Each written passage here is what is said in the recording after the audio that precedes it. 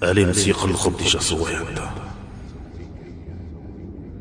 Ол елеусіз дүниеде жасауда, яғни адамзат дүниесі. Адамзат оның күшін меңгермекші болады. Алайда, оны тек біздің одақтастарымыз ғана меңгере алады. Адамзаттың оны игереміз деген құрғиялға салды.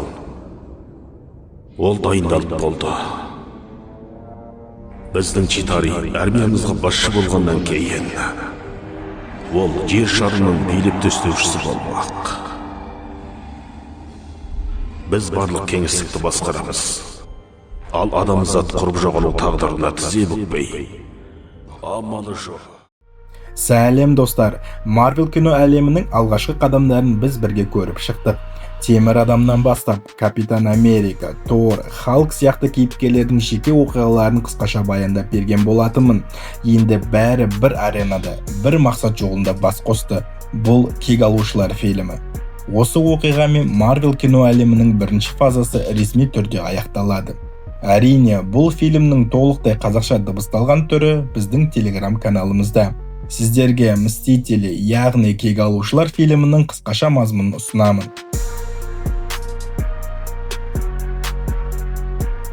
Бүгде әлемдік Читаури нәсілі жерді басып алуға дайындалып жатыр. Сол сәтте Тессаракт белсендіріледі. Агент Колсон энергиялы куб Тессарактты зерттеп жатқан ғылыми орталыққа келіп, директорға эвакуация басталғаны туралы хабарлайды. Фьюри зертханаға барып, доктор Селвиктен Тессаракттың тұрақсыздығы жайлы біледі. Ал сұңқар көз, яғни агент Бартон, куб ғаламның басқа бөлігін жермен қосқанын айтады. Кенеттен зертханада портал ашылып, одан жарқыраған скипетр ұстаған бейтаныс адам шығады. Ол күзетшілерді өлтіріп, зертхананы талқандайды. Бартон және тағы бір агентті өзіне бағындырады.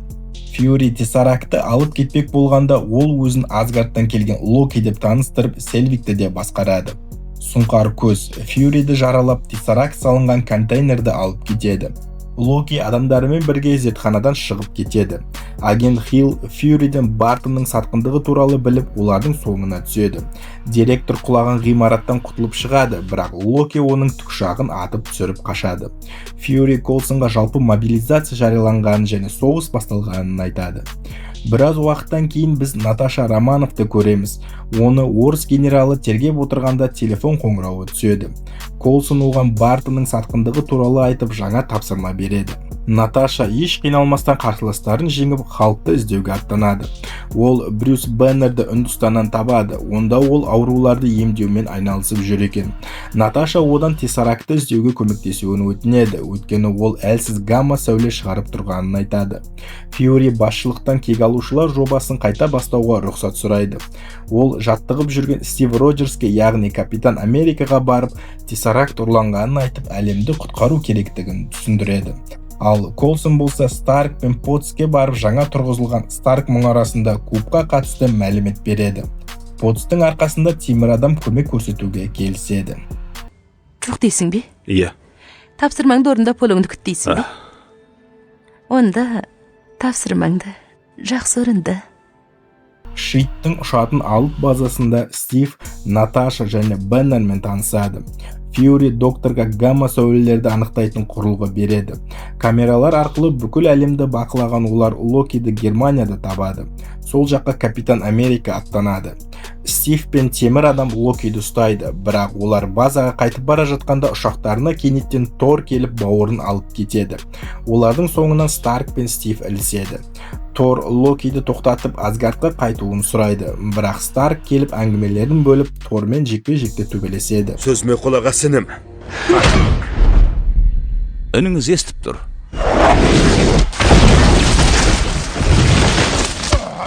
Шаман келмейтін іске жармаспа, құл темір. Роки Асгардтың жазасына тартылады. Ол сиқырлы қобдишаны тапсырса болғаны, оны қалай жазаласаң да әбден болады. Әйтпегенде жол босат қаршы адамы. Ақыры Капитан Америка келіп екеуін ажыратады.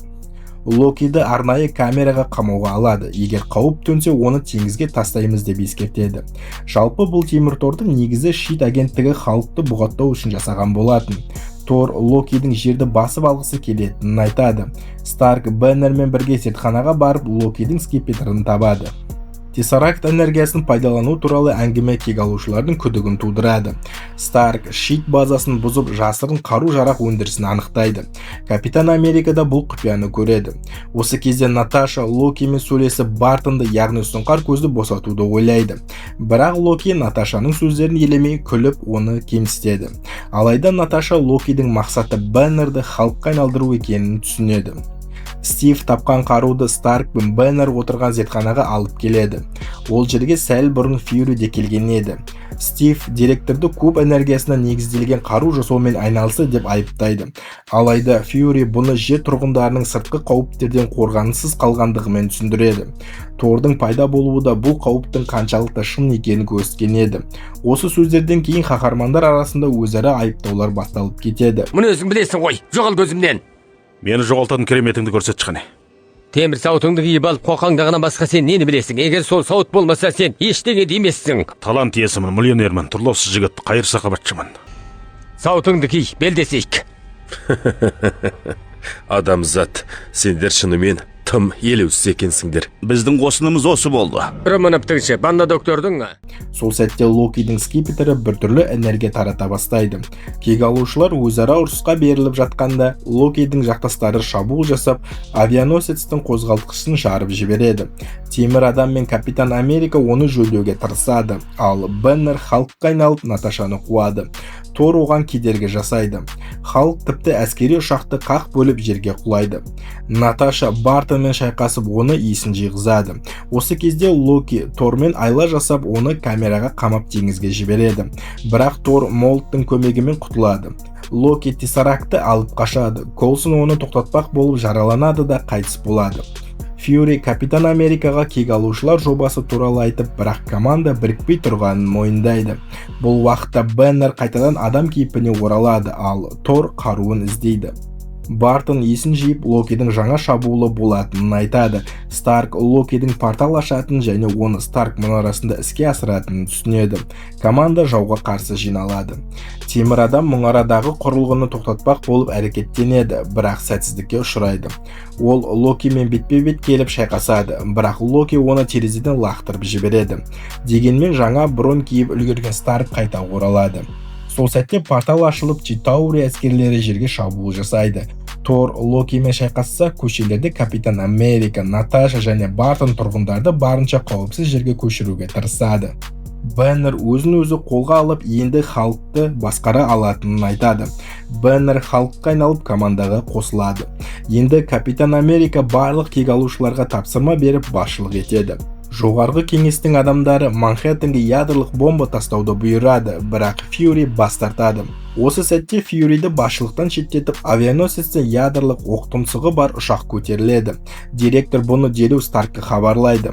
Наташа портал жабуға дайындалады, бірақ темір адам оған асықпауды өтінеді. Старк ядролық ракетаны ұстап алып, оны порталға бағыттайды. Сол жерде ол Читауридің негізгі кемесін жарып жібереді де жау әскерін істен шығарады. Есінен танып қалған темір адам портал жабылғаннан кейін әрең қайтып оралады және жерге қарай құлай бастайды. Бірақ оны халық қағып алып құтқарып қалады. Осыдан соң кек алушылар Локидің соңына түседі және оны тұтқындайды. Біраз уақыттан соң Фьюри жоғарғы кеңеске есеп береді. Ол Тессаракт пен Локиді Тор Асгардқа алып кеткен, ал қалғандары демалысқа кеткенін айтады. Кеңес наразы болғанымен Фьюри кек алушылардың жерге қажет болса қайта жиналатынына сенімді болады. Титрдан кейін біз Читауридің көсемін көреміз.